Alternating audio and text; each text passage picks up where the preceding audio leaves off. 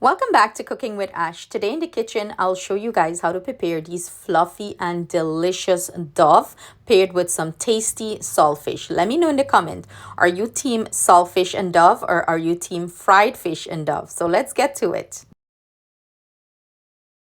I have my saltfish here steaming. What I did, I went ahead and took the saltfish out of the pot, the pack, and I'm using the pollock. I wash it really well and I soak it for a little bit, like wash out whatever salt. I soak it for a little bit, bring up my pot with my water, boil up my water, and dash in my saltfish and let it steam. What we're basically doing here, this is not steaming, we're boiling out the saltfish, we're boiling out the salt from it, and then we're gonna proceed to prepare our aromatics and fry this up. And you know this could go good with a duff, a nice fat duff. So let's do this, baby. Start prepare our duff or dumpling, whatever you want to call them. We're going to start adding our ingredients, and here I have a 3.5 cup all-purpose flour, meaning plain flour. I have no rising agent because I have people in different country asking that what is plain flour for us. So plain flour has no rising agent in it, meaning baking powder, yeast, or anything. So I'm gonna go in with me baking powder here. I know me like knack bowl, right? I'm gonna go in with some brown sugar. You can use regular sugar here, regular white sugar. I prefer the brown sugar. So in goes our brown sugar. And I'm gonna grab me yeast. That's right, I'm using a little bit of yeast in this duff recipe.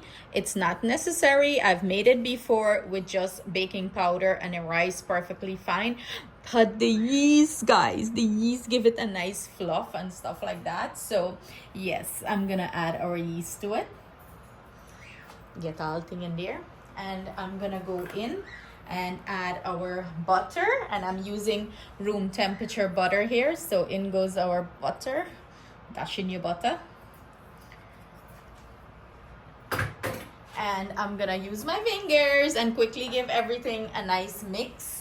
You want to mix everything in nice before I add the salt, because salt is like a yeast killer. If you add it directly on top of the yeast, it's going to kill the yeast. So this is why I'm just mixing everything in before I add a sprinkle of salt. Salt, not a lot of salt, just a sprinkle, like maybe 1/4 teaspoon or so salt here.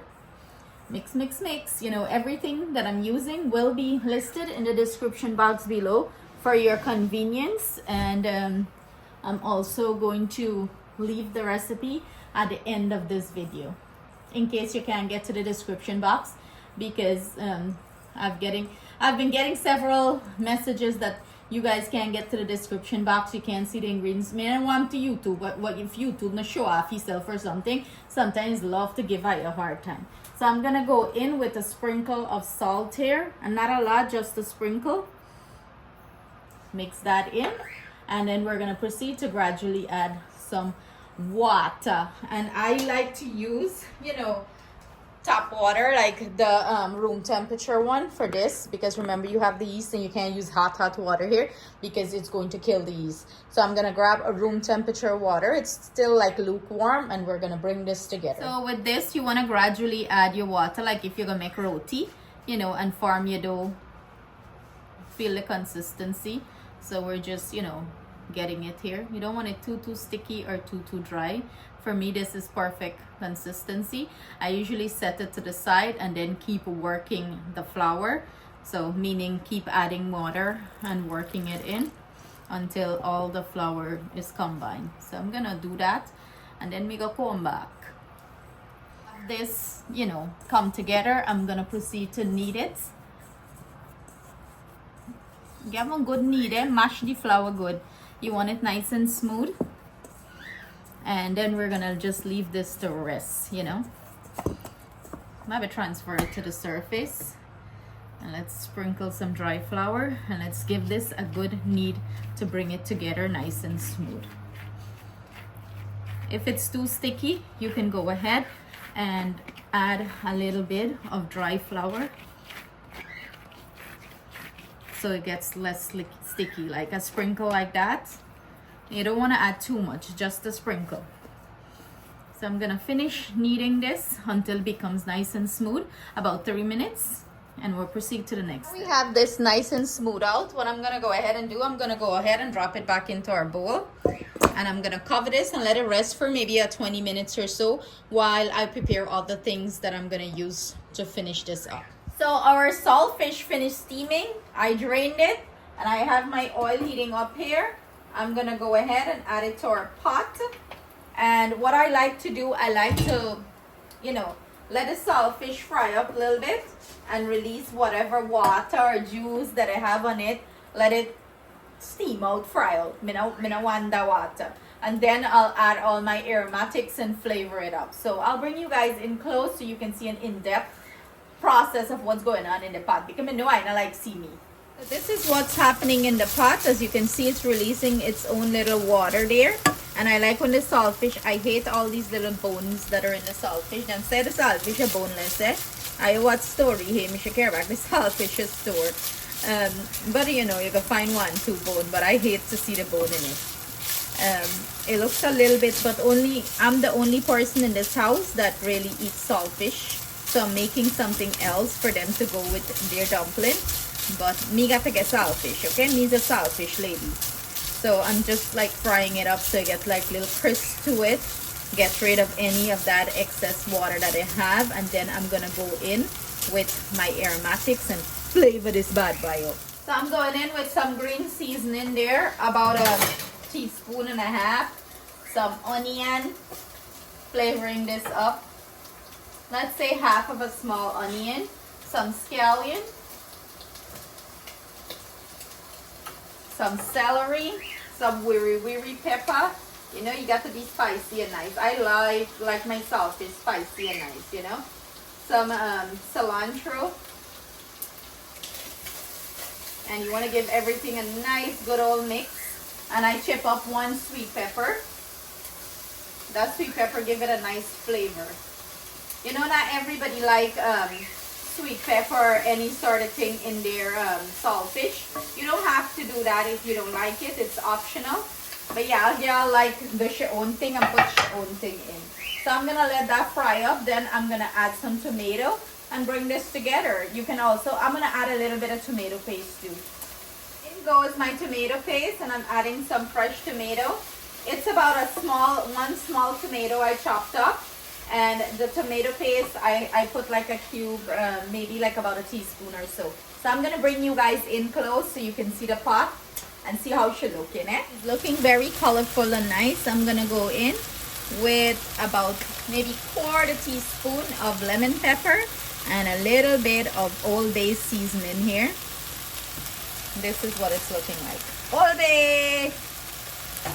And mix that in, and that's all she wrote there. It's gonna like let everything melt down and fry down, and we got some delicious saltfish to go with our duff or our dumpling, what you want to call them, whatever.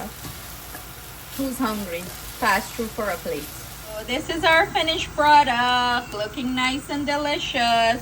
This is what our duff is looking like. I'm gonna go ahead and form them, to start steaming them in our pot. And you can either do this round or you can do it long, like however you prefer. But I'm gonna probably do it like, the classic shape of dove, like how dove is there, like whatever, long.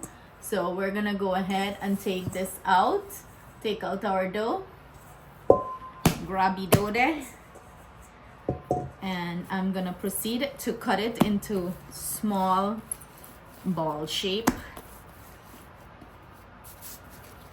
Just lightly flour my hand there, We're gonna roll it out and then go portion it out to ball shape like that, and then roll and tuck. Do the whole roll and tuck, and then I'm gonna roll it out this way so it's nice and smooth. I like to get it nice and smooth, but whatever, man. If you can't get it nice and smooth, it'll just work however, right? Like this is pretty much good for me. Smooth out. Let's smooth it out as smooth as we can get it. We'll be doing this 2 way. I'm gonna show you to use a double broiler and steam them, without meaning dropping them in the water. And I'm gonna steam it in some water, like not a whole pot of water, just a little bit of water. Drop them in and you can steam it that way. I know when people do it sometimes they hold like a whole half pot of water. I used to do it that way too, so I can't laugh anybody or seem even different. Okay, so we're gonna shallow steam, and we're gonna use the pot, and we're gonna the double. I went ahead and add 5 to this pot here because you know they're gonna swell up, and I don't want them to like stick up and paste up, so you want to give it a little bit of room. Okay, you can certainly do this if you want to steam it in the double broiler. You can certainly do it in batches, or you can do it all stovetop like this. So I have some water in there, but the water doesn't touch the pot. You know, it's like a broiler, it's gonna steam it. And I'm gonna pop the lid on that and steam it for 10 minutes. Do not open it. Let it steam exactly 10 minutes, because if you open and close, you're gonna make the Duff drop. You gonna fall. You gonna rise. You gonna fall off. You gonna plop, plop. Okay. So this here, I'm waiting for the water to come up to a boil, and as you can see, it's not even a lot of water in here, and I'm gonna drop some in here, and we're gonna see which one you like best, which way you want to do it. I have my water heat up here. I'm gonna go ahead and start dropping them inside one at a time, and we're gonna steam it exactly for 10 minutes too, the same process as the one in the broiler.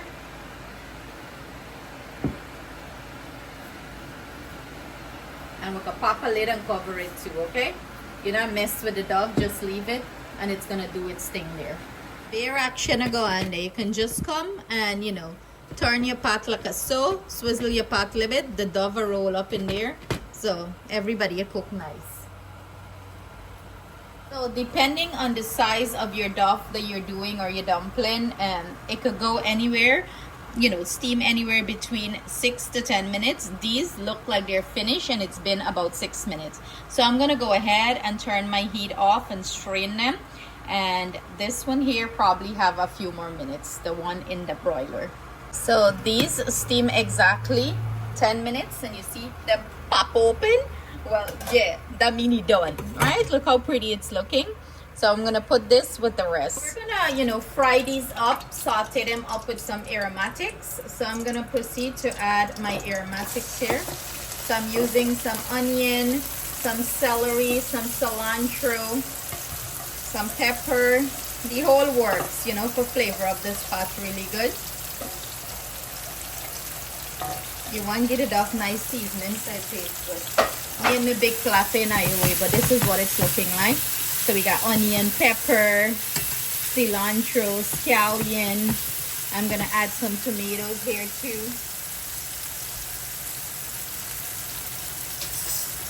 In goes our tomato. We're gonna add our tomato in here. Who remember calling it that? Add your tomatoes in. And saute up that nice. Go in with my green seasoning, and you want to mix that in well. Go in with my Duff them here, add them to the pan. Look at it, nice and fat like a me, oh my goodness. And then I'm gonna, you know, mix them in. Imagine how good this is gonna eat. Ooh, stuff with some saltfish, or stuff with some fried fish.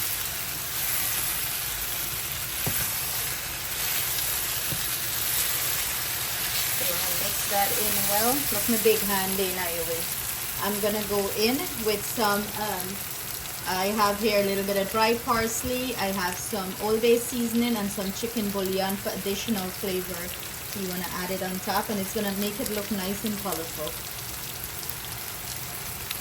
Completely mixed that in, and life is good.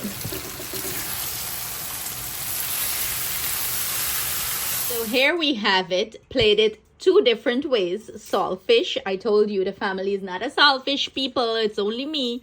And we have it paired with crispy fried fish. So which one do you think would be your way of enjoying this? Me the saltfish girl. Them is the the fish, the fried fish. But let's break into this and let you guys see what it's looking like inside. How nice and fluffy and beautiful this is. Perfectly cooked. Look at that. Look at that. So which one would you dip this into? Would you stuff this up with some nice saltfish? You know what? Let me do a taste test on the camera for you, eh? Listen, I have to go in. Me done broke the Duff, me have to go in. But this is what it's looking now. This paired nicely together. That hint of the pepper. So good. Delicious. So now, I'm going to have Justin come around and do a taste test with the fried fish because they're like fried fish people. So, I'm going to break open one of these Duff, stuff the fish in, and let him try it for you guys. So, come on over. Yeah. I'm going to go in the camera, behind the camera. Let's switch out. And you're going to break into one of the Duff, like break it open. And I was thinking in the middle, but it's okay. Look at that. Oh. And you're going to put your piece of fish inside. Oh, inside? Yes, like, you know how I just make it like a sandwich for you guys? Oh, like this? No, like this. This core he picked in. Break it there and you put it inside. There, and then you make a sandwich. I see it is picking Corey. Crispy fried fish in that. Not really good. Right? And you can even put toppings in it, like you cut it in down in the middle, like this. I usually cut it down in the middle. Them not do nothing for themselves, so then I know. I would cut it down the middle there, and I would stuff the fish inside, like a whole piece of fish, and you can put toppings inside. And it's so, it's like a fishing bread, might I say. It's so delicious. Look at him devouring everything. But dear, I hope you guys enjoyed the recipe. See you guys soon with another delicious recipe. Sending our love, thanks, and gratitude. Take care. Stay blessed.